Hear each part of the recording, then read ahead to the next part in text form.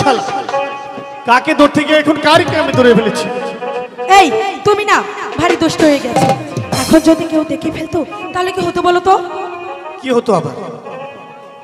আমার তো চোখ দুটো বাঁধাই ছিল। আমার তো চোখ বাঁধাই ছিল না। আরে বাবা, আমি কি ইচ্ছে করে তোমাকে ধরেছি? ওই শালা মদন আমার চোখ বেঁধে দিয়ে বলেছে এবার আমাকে খুঁজে নে, তাই তো মদনকে ধরতে গিয়ে আমি তোমাকে ধরে ফেলেছি। আর তাছাড়া মদন যেমন আমার আপনজন, তুমিও তো আমার আপনজন। ইস, তোমার আপনজন হতে আমার বয়ে গেছে। তাই যদি নাই হবে তাহলে সেদিন স্কুলে ভর্তি করেছিলে কেন?